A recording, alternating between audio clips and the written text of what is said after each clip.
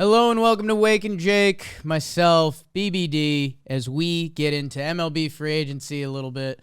Fun NFL weekend. The pitchers are flying off the board as we speak. A couple minutes ago, Lynn to your St. Louis Cardinals. I don't know if that solves all their pitching needs, but it's a step in the right direction. The big one is Nola. Let's start there. We did talk about it on Talking Baseball. I did a live reaction. Although it wasn't really live. I was taking a Sunday nap when Nola signed. After cheese giving, a combination of cheese and Thanksgiving, where if you're hearing about this another time, you may have heard I got a little sick of the cheese. We'll get to that a little later. Nola to the Phillies as I'm trying to round out thoughts. I'll go on a little bit of a roller coaster ride here because I'm talking myself into a couple different things. Nola, there's not a lot of guys that you can pencil in the kind of innings that he's going to be willing to throw. These are the past few years from Nola. 212 in 2018. 2019, 202. 2020, weird year, but he made every start. 180, 205, 193. So doing some loose math, if you give a 5 there, you give a 10 there, he's basically averaging 200 innings per full season since 2018. Not a lot of guys that do that. There have been some mixed results in there.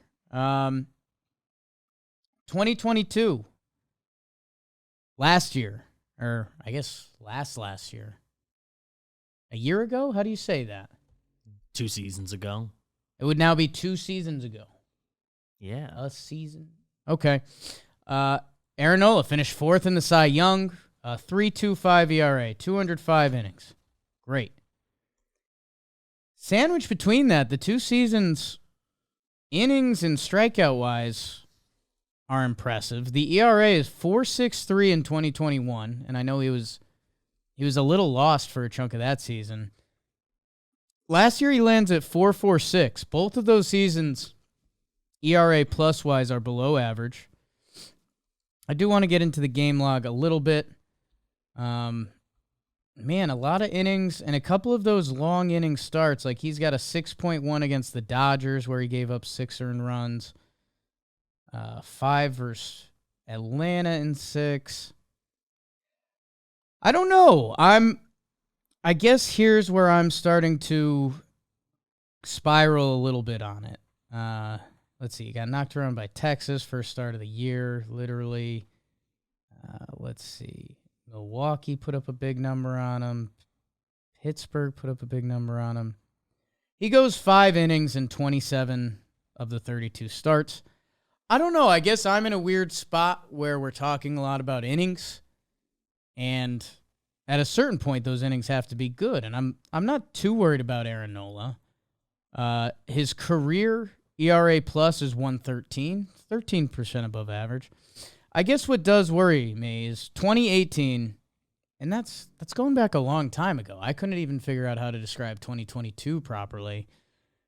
2018, if you go from 2019 and on, Nola, he has the innings, Baseball Reference, not populating his stat page. I have him. 3.97 ERA, 107 ERA plus, about a homer per 9, 2.3 walks per 9, 10.4 Ks per 9. I like Nola. He pitched in this postseason. He pitched really well. He's a fun player to watch pitch when he's pitching because he has fun breaking balls and he's got an actual pitch mix. Little herky jerk in the leg kick. Sarah said on here, he's fine. He'd probably prefer to give the money to Nola because you can believe in the innings and breaking pitches normally can age pretty well. You'll at least get your value in the volume. You'd think so. I did want to ask, and I chickened out because there used to be a threshold for innings. I forget if it's like 2,000. Like if you're an MLB pitcher and you hit 2,000 innings after that, things are pretty tough, which is obviously history of plateauing after that. It's a dumb statement because if you've pitched that many innings, you've had an amazing MLB career. he's at 1422. 1,422 innings. So 1.4 thousand innings. If he pitches 3 more 200-inning seasons, which the Phillies are kind of banking on, that gets you to that 2,000-inning mark. I don't know. I guess. Plus, now 2 extended playoff runs, and the Phillies are planning on more.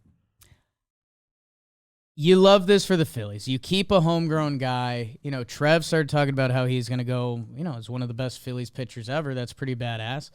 And I don't know how much of 2023 and 2021 are representative of his talent, because the sandwiching years around that are also a 7th in Cy Young, 2020, short season, and a 4th in Cy Young in 22.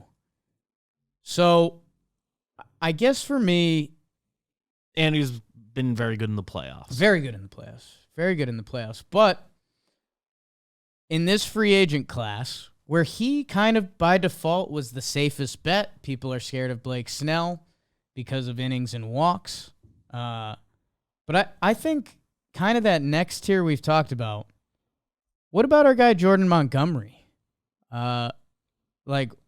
Depending what he signs at, Jordan Montgomery is the same age. He is 6'6". He had Tommy John, but otherwise he hasn't had a lot of injury history. He's made 32 starts the past 2 years.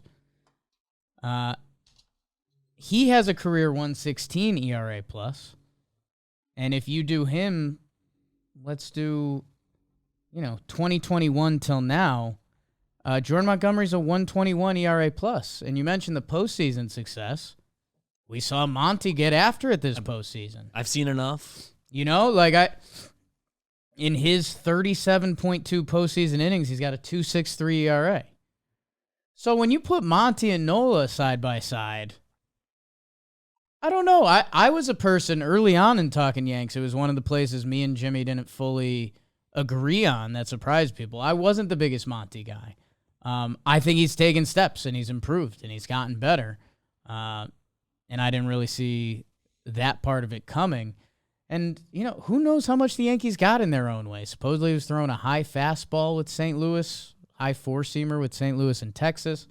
Highest release in the big leagues, one of Jim's favorite facts if we're talking about giving hitters different looks.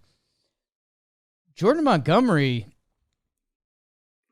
is projected to have a better year than Aaron Nola. And I don't know, he threw a $188 last year, 178 the year before that. So if we're starting to get into, when you start to get to that 10 to 15 innings range, I don't know, I can figure that out.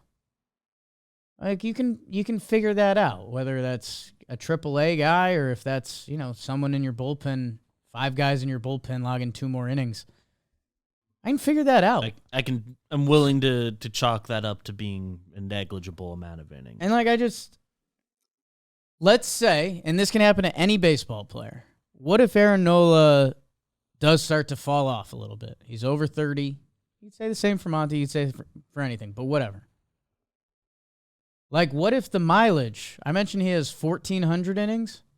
Monty has 755.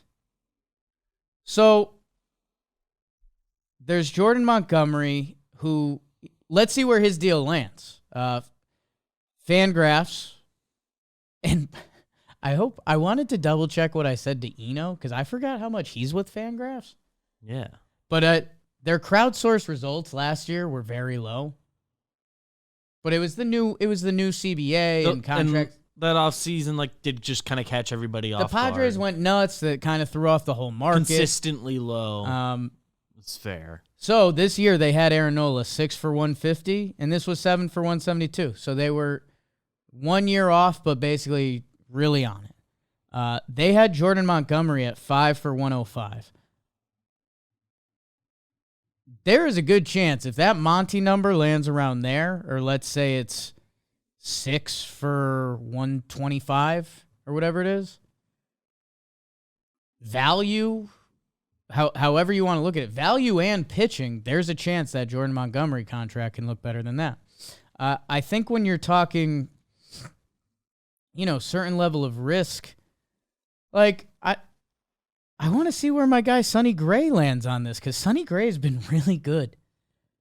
Sonny Gray last year, 184 innings, a 2.79 ERA, 2.83 FIP, best FIP in baseball, lowest home runs per 9 allowed. Yeah. In Minnesota, we've seen balls get out of that ballpark. Bomba squad. Yeah, I mean, Sonny's little older, sure, but we've seen guys older than the age which he currently is get a ton the last couple off seasons. They have him at 21 per for 3 years, so 63. I guess that's what I'm saying. The Aaron Nola is the first signing. He felt like the safest pitcher compared to Yamamoto, who's probably going to require more money, and you're just not exactly sure what you're going to get. Snell, who was up there with Nola, just won the Cy Young. I feel like it's weird to have become a Snell defender almost. Guy's got 2 Cy Youngs. I realize he used to not go late into games, but again, I think you could spin that innings thing the opposite. That Snell, when I looked it up this morning, he had Snell, 800 innings. Snell's also been on teams. This is specifically Ray's years, I guess, where he wasn't going to be allowed to. Right. It's not. I don't know how much of it should be an indictment on him if teams he was on were just saying you're capped out here. So Snell's at 992 innings, so he's almost at 1,000. So because he's been healthy, that's kind of funny. I mean, even compared to Jordan Montgomery, I guess there's the one missing Tommy John year or Tommy John and a half year that makes up the difference there. But to see Snell's throwing that more innings than Monty is pretty wild, and he's won 2 Cy Youngs. He's led an ERA plus twice.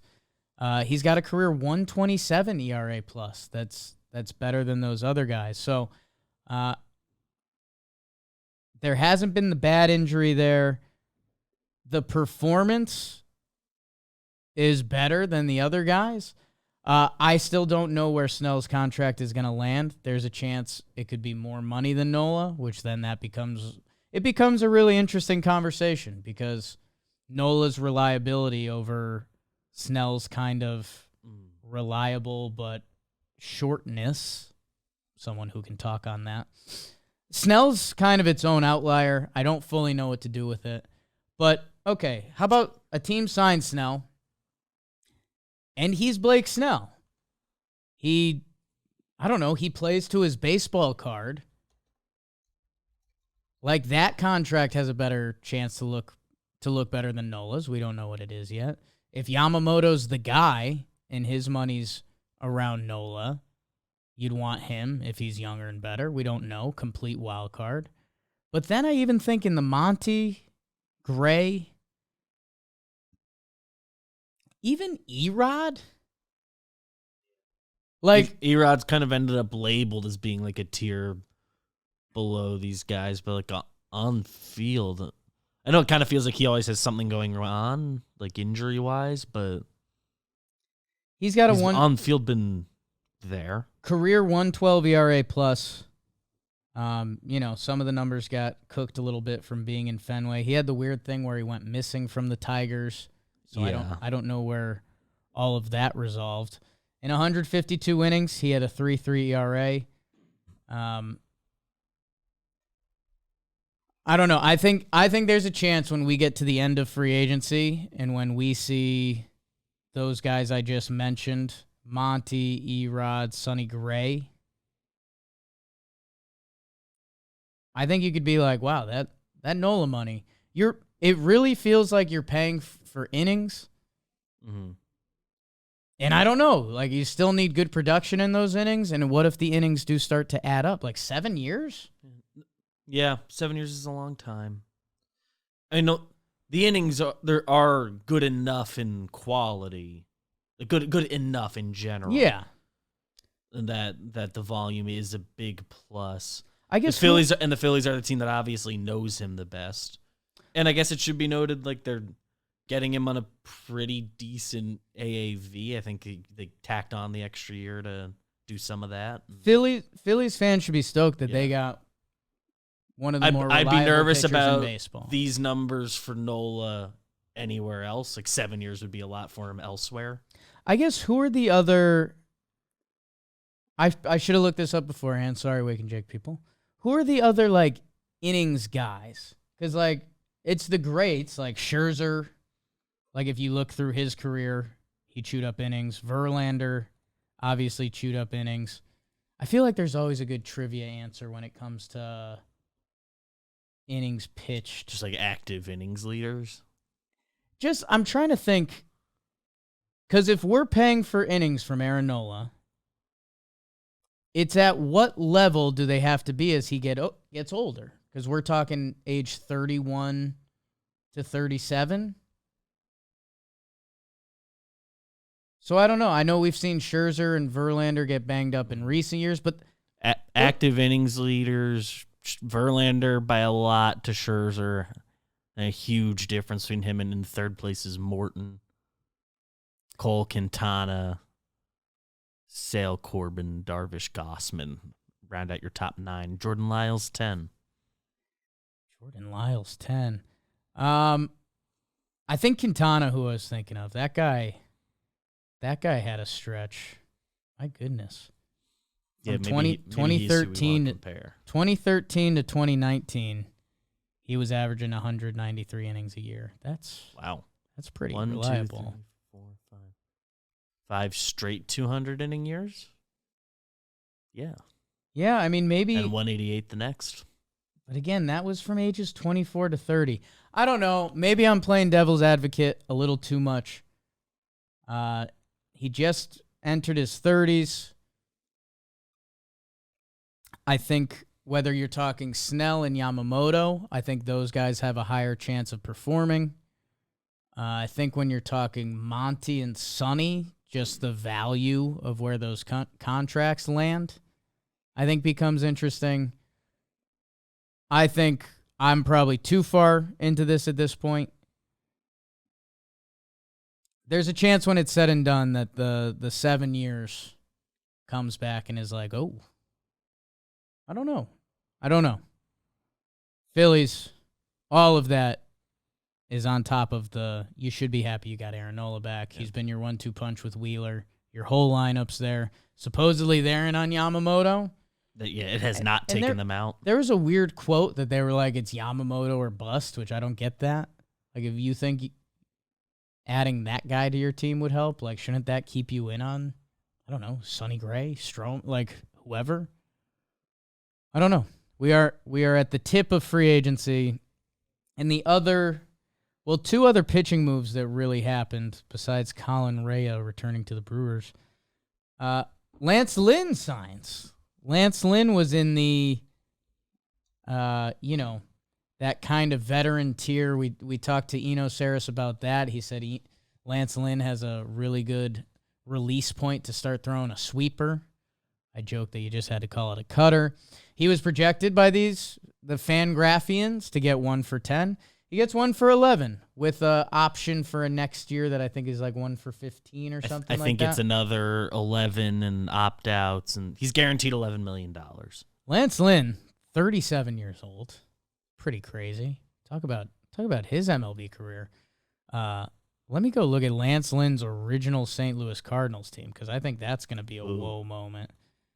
Like, Lance Lynn is going to be team, right? He's going to be a fun, like, played with Jordan Walker this upcoming year, and then it's going to be like, okay, 2011. Skip Schumacher, Pujols, Lance Berkman was 35 on that team. Rafael Furcal, Gerald Laird, my goodness. Ryan Theriot. Nick Punto, obviously. Chris Carpenter, who always becomes a fun trivia question. Arthur Rhodes. Arthur Rhodes is on that team? Yep, see, that's 41 perfect. years old. Okay, now I got to click that. Yep. Because Arthur Rhodes... Miguel Batista also in his 40s on Arthur that team. Rhodes pitched for Baltimore in 1991. Is that like Brooks Robinson? Like, how far back are we? Dwight Evans was on that. Oh, my God. Team. 39-year-old Dwight Evans. Now I have to give one more click. Sorry, people. This is one of my favorite games to play. Dwight Evans for 72 Boston Red Sox. I mean, you've got a young Fisk on there. Louis Aparicio, no! No way. That brings you back to 56. All right. I'll stop. Lance Lynn is back with the Cardinals. Stremski's on that team. They needed starting pitching in a big way. John was just half joking as we recorded another video that he was like, if you're a Cardinals fan, that's not where you would have started your free agency in theory. Yeah, you're not wrong. They need a lot of pitching. Right now, Lance Lynn slots into their 2-hole potentially. Michaelis, Lynn, and Matz.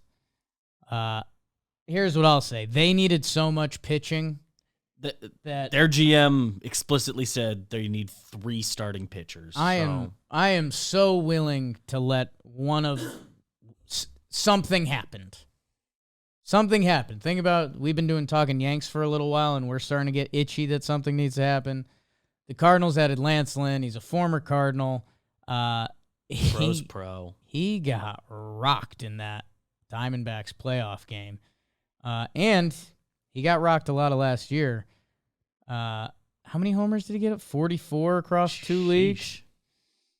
So, I think you come into next year saying, let's give up less homers. Let's figure that out. I hope our guy Eno taps into the sweeper stuff. But we're a couple years removed from Lance Lynn pitching really high-level baseball.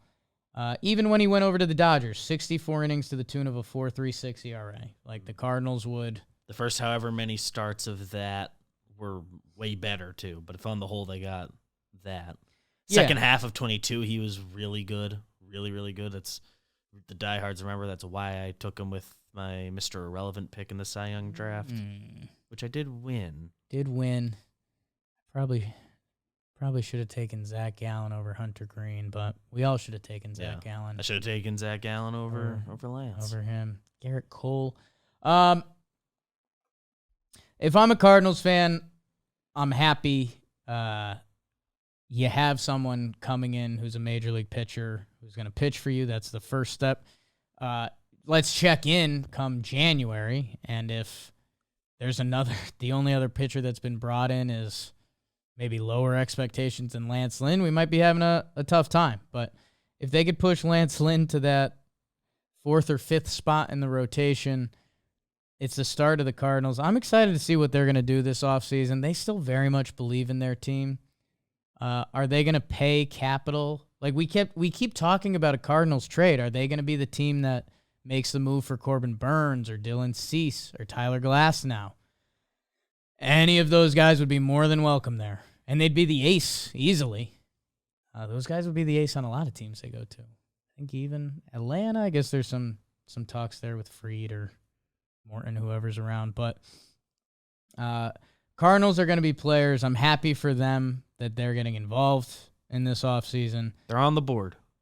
And the other move that kind of happened under everyone's nose was a relief pitcher. Our guy Reynaldo Lopez. Who'd he sign with? The Atlanta Braves. So Reynaldo Lopez. So Fangraphs has it wrong. They say that he re-signed with the White Sox. Braves bolster bullpen. Reynaldo Lopez, 3-year deal. Interesting, because it's 3-year 30, which I think Rafael Montero got that after his free agency and his tear going into free agency, and he kind of had a tough year last year. Is what it is. You can't judge everything like that. Reynaldo Lopez, I know BBD, you guys heard the number and were kind of shocked, but then you look at some of the stats and they're there. 3 for 30 for a non-closing relief pitcher. Just that felt like a fad that had come and gone, but one, happy for him. He's been good for a while. 2, happy for the Braves, who getting top-end bullpen talent is sort of the main thing on their agenda this offseason. I guess they want one stud starter too, but yeah, who doesn't have room for that? I mean, these are guys in their bullpen with major league contracts, no options. You're on the squad. Raisel Iglesias, AJ Minter, Reynaldo Lopez, Pierce Johnson, Joe Jimenez, Tyler Matzik, Aaron Bummer. So that's 7 of their 8 bullpen guys are like on the team. And major league dudes, by the way. I mean, Matzik and Bummer at the end there. All those guys have good years on the resume. All of these guys have pitched 8th innings. I think it's the easiest way to say it. I think so. Right now it has Dylan Lee in the back of that bullpen. I think that was one of the more surprising ones. Number and landing spot. Like if you're a team that thinks Reynaldo Lopez is that guy, you'd think that'd be more important on a team that's hurting for bullpen a little more. But clearly that's where the Braves want to bolster. And I don't know, you almost can't critique anything the Braves They have the benefit of the doubt. And for a guy like Reynaldo and any of these bullpen guys, are good for them for getting a deal like that done early. Yeah, done. Usually to get it done right now, you have to take a lesser deal. But no.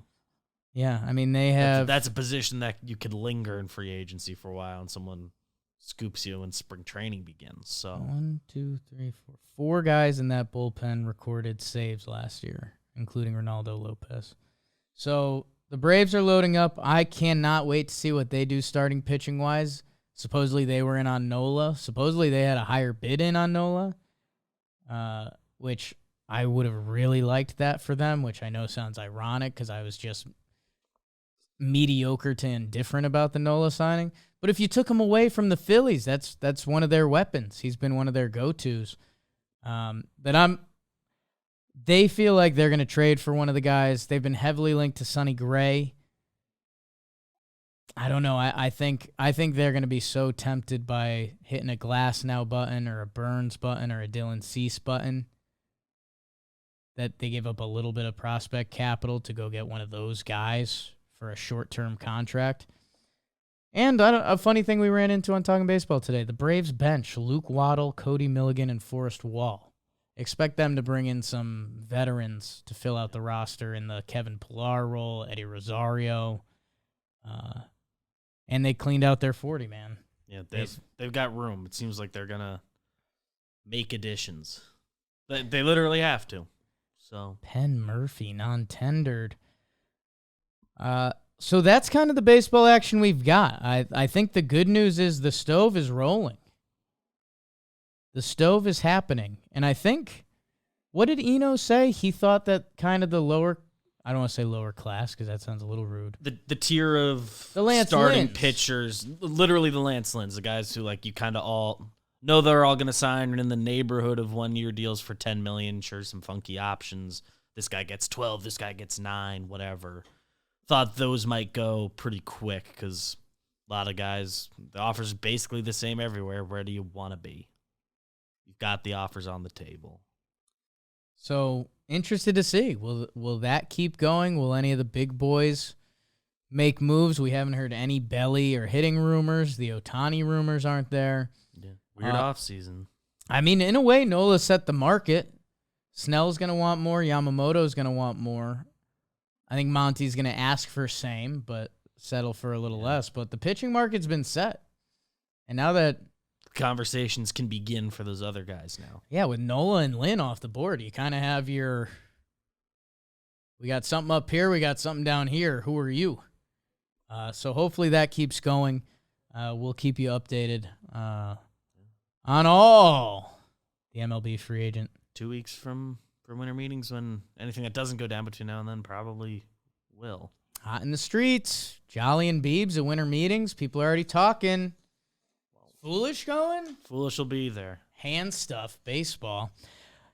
DraftKings, make sure you guys are getting involved in the action, especially the holidays coming up, Turkey Day. Place a couple bets. If you place a $5 bet on NFL action, you can score $150 instantly in bonus bets, no matter your appetite. There's always something out there. Player props, live bets, parlays. One of my buddies is on a huge live bet kick, and he's kind of killing it. Who knows? Let's ride that out. Download the DraftKings Sportsbook app now and use code BAKERS. New customers can bet $5 on the NFL Thanksgiving action to score $150 instantly in bonus bets only on the DraftKings Sportsbook, an official sports betting partner of the NFL. With code BAKERS. The crown is yours. I got to clear my throat. Yeah. Gambling problem? Call 1-800-GAMBLER. In New York, call 877-8-HOPE-NY or text HOPE-NY. In West Virginia, visit www.1800gambler.net. Please play responsibly. In Connecticut, help is available for problem gambling. Call 888-789-7777 or visit ccpg.org. On behalf of Boot Hill Casino and Resort, must be 21 or older in most eligible states, but ages vary by jurisdiction. See DraftKings.com/sportsbook for details and state-specific responsible gambling resources. Eligibility and deposit restrictions apply. Bonus bets expire 168 hours after issuance. Terms at sportsbook.draftkings.com/football terms. The NFL weekend, I was able to get pretty involved in, and I was happy about that. After my cheese giving Saturday, I will reiterate it one more time. One of Jess's friends holds an event called Cheese Giving. It's like, I think a lot of people do Friendsgivings, potluck Thanksgivings of sort. This is essentially that, but with cheese dishes. There were dips. There was individual cheeses. Cheesecake that came out at the end that was troublesome for me. So there was like baguettes with cheese. Anything that could have cheese, even if it was a little bit, could be involved in cheese giving. I was nervous. Seems like way too much cheese. Got there, didn't really know any people there. Knew like 3 girls. Hung out with them, brought my own personal 4-pack of IPA beers, drank that. Nervous, sweaty, eating cheese. In a good place. Took some Lactaid, which I think was a mistake, because that keeps stuff in your body that potentially could want to get out of your body. The cheesecake came out. I went for it. It's one of my weaknesses. A couple drinks. And then I threw up. I threw up all of the cheese stuff, mostly on my leg. Outside of cheese giving, so I didn't ruin anyone's cheese giving in there.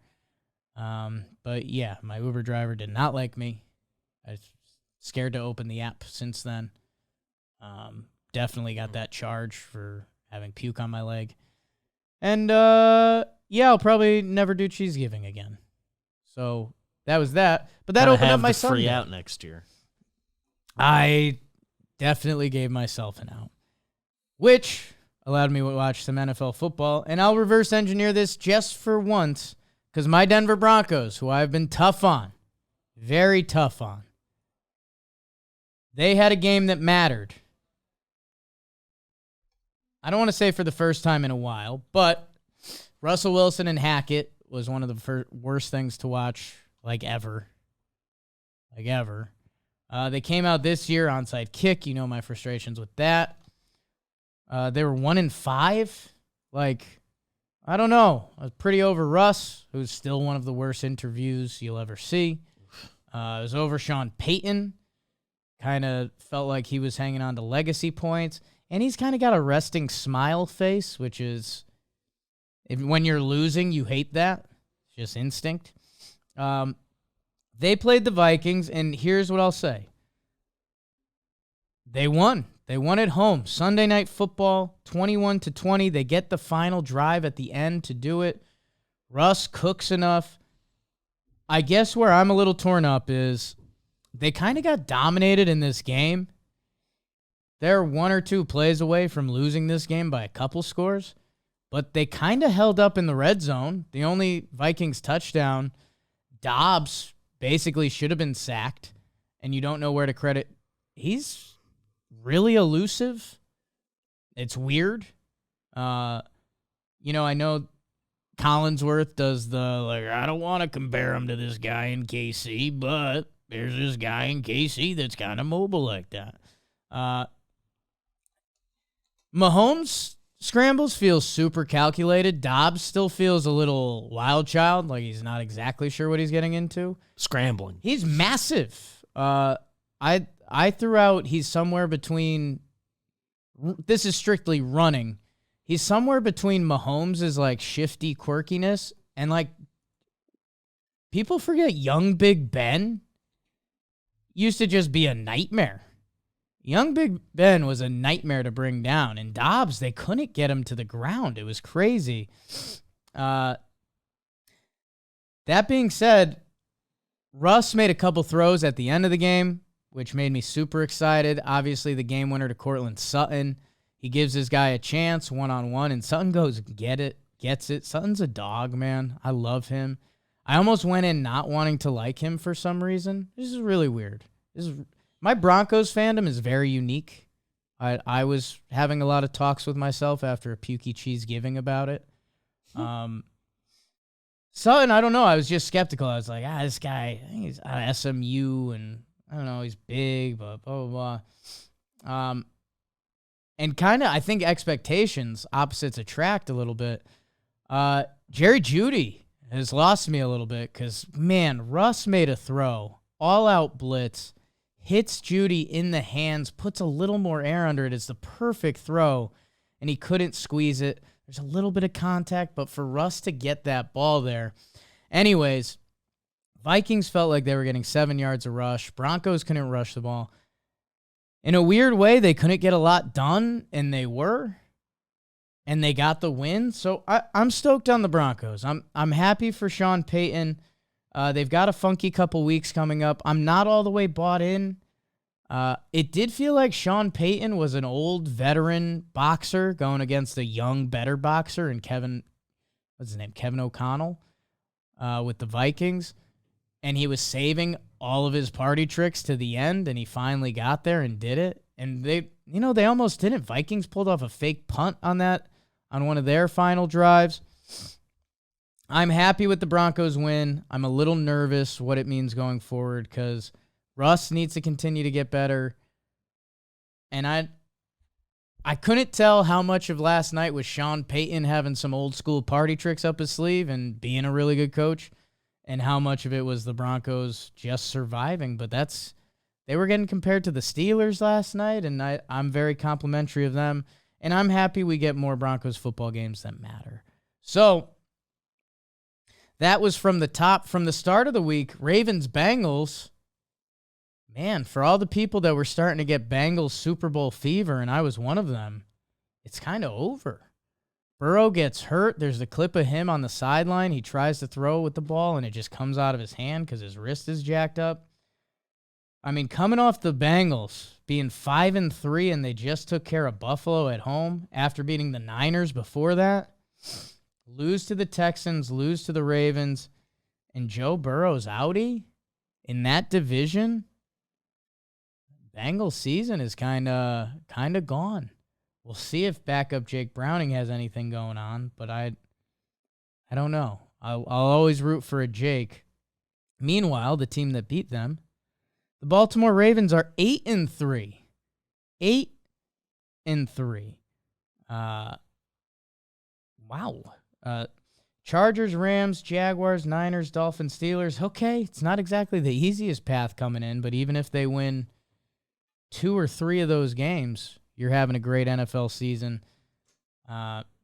Ravens defense, that's kind of what I've been driving home, and you need to drive home. That Ravens defense is for real. Bengals, kind of out of the picture this season, and that's crazy. They've been at the end of almost every AFC season since Joe Burr has been back from his original injury. Browns-Steelers play a Browns-Steelers game, 13-10. You shouldn't be surprised. A lot of defense. I will shout out Dorian Thompson-Robinson, a DTR quarterback from UCLA. You want to see something cool? He cries after they win. It just shows you how much this really does mean to some people. I think we get sucked into the athletes, and I know NBA guys, when they instantly start dapping each other up after the game, sometimes I'm like, I don't know. It's kind of a bad sports fan at this point, but like they'll be in the middle of like, hey, if we make this shot, we win the game, and then they're dapping each other up. I don't know. That's a little corny on my end. Meant a lot to DTR. They get the win, and the other thing I'll pat myself on the back, Steelers dropped to 6-4. Jaylen Warren, 9 carries, 129. The only Steelers touchdown. He got loose and scored it. That dude's awesome. Nasty little guy. Give him the rock more. Browns. Reminder, I did this speech last week. The Cleveland Browns, I think on their third string quarterback, they're now 7-3. The Cleveland Browns. as I mentioned some other teams along the way, just remember that, where they're at organizationally. The Lions survive and improve to 8-2, which is a crazy record. Although it looked for a while like they were going to lose to the Bears. Goff looked awful. Goff looked awful early. Negative fantasy points heading into halftime. He almost had a third. They had to take the ball out of his hands for a second there just because it was so ugly. They bounced back 17 in the fourth to help win it. Bears are letting Justin Fields go. They very much were doing Justin Fields pass from the pocket. He had 18 carries this game for 104. They're starting to let him be Justin Fields again. I guess to see where they're at, because if they have that top draft pick, Fields is probably trade bait, but what value does he have? I don't know. We'll have time to talk about that. The Lions are 8-2. How about the Lions? The Lions and the Browns combined to be 15-5. Quick math. Good on both of them. Packers beat the Chargers. I don't know. More people saying Brandon Staley, how is he still coaching this team? He gets into a fight with reporters. I'm not into either of these teams, so I'm going to keep it moving. Chargers had some bad drops and stuff that I really shouldn't put that on Staley, but I don't even know what you do at this point. It just ain't pretty. I think we've got a list of the NFL top 100 players list guessing game coming out soon, and I think Herbert was like top 10 or something. I don't know. I like Herbert. I don't know if he deserves to be there, but people think that. And how does this team do this every year? I don't know. Dolphins beat the Raiders 20-13. Good on the Raiders for keeping it closer than I thought. I'd pick the Dolphins in the against the spread league. Couple injuries in this game. Tyreek had to step out for a minute. Achane came back, the fun running back, but he got hurt in this game. Raiders fought. Raiders fought in this game. Is 14-13 at halftime. Dolphins get the only 2 field goals in the second half, so kind of an ugly Dolphins-Raiders game. Not what you expected. Devontae broke loose for one. Tyreek Hill, 10 for 146, and his touchdown catch, if you haven't seen it, it'll always impress me. Like, he snatches it out of the air, which is cool and just a good catch, and then he turns on the burners, and nobody can run with him. Not a single person in the league can run with him. I don't get it. I've never seen this. Tyreek's not not lost a step. He's not like, he's 29. Been doing this a while. Saw a hole. And no, it's kind of blew cool. Through it. I had this thought process. Tyreek Hill, for a speedy athlete, or for what he is, acts like how I think all of us would if we had his kind of speed. Like, he takes off for the end zone and like throws up the peace sign and he runs around the stands and he's like, I don't know.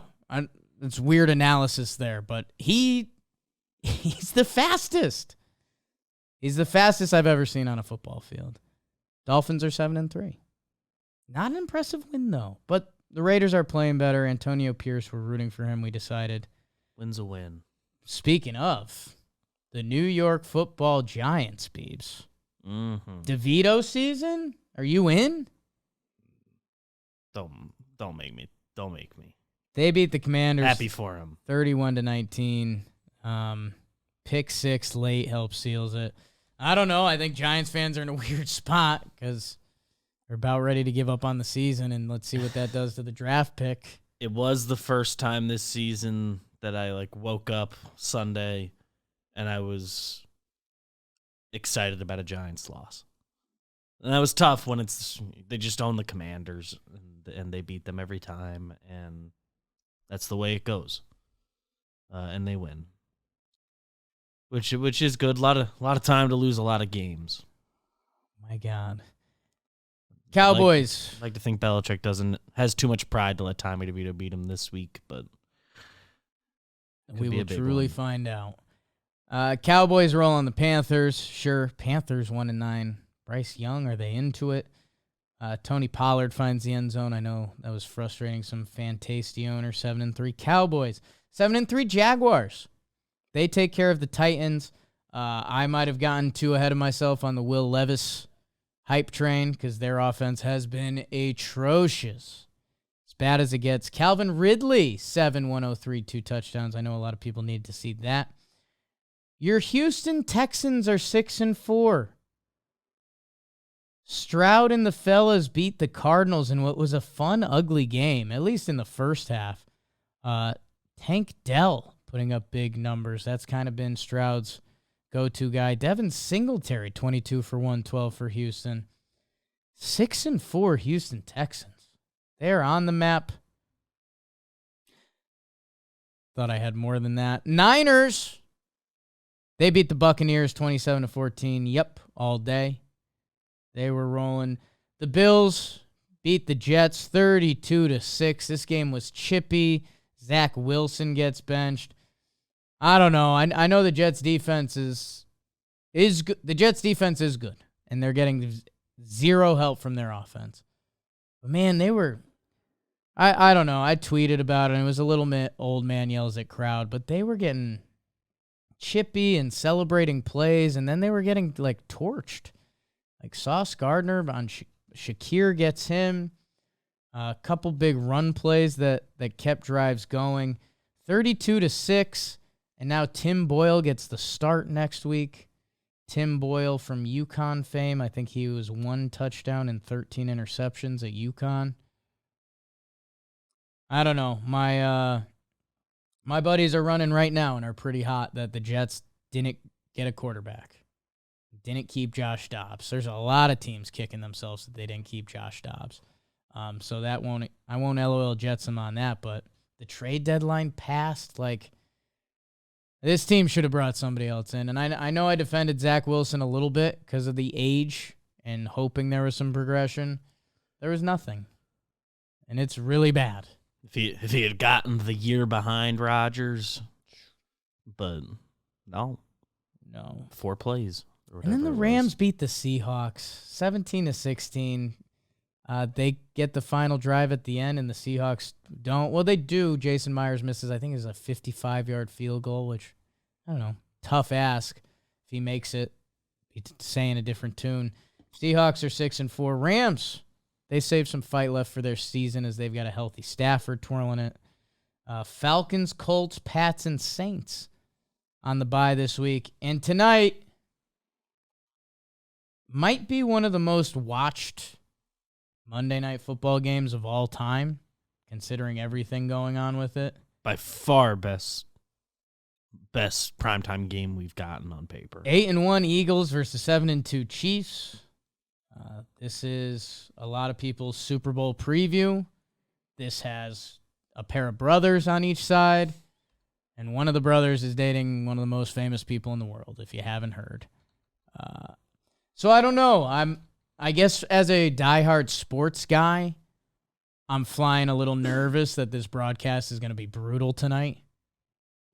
I mean, between Taylor and brother, Kelsey Bros, and everything outside of the football game, I guess what I'm kind of interested to see, I don't know, I'm going to bet on this game, DraftKings, why not? Mm-hmm. And I don't know, my early reaction was to do the under because I was wondering if these coaches would do like we're not going to show them the whole playbook because we actually might see this team in the Super Bowl. I don't know. I have no lean. Kansas City is minus 2.5-point favorites. They're at home. I got nothing for you. Expect a great game. Mahomes, Hurts. Both these teams are going to be up for this. Monday Night Football, everything in play. I don't know. I guess buckle up. Got to be a Manning cast, right, too? So there's going to be all sorts of coverage of this one. There's probably this could be a good night for the Manning cast. Then it could be a Manning cast night. I don't know. Will that take away from normal broadcast could get to a bad spot. I wonder if they've they usually post that guest list. I'm over it. I'm not normally a Manning cast guy, but it's going to be a hell of a game tonight. America will be watching.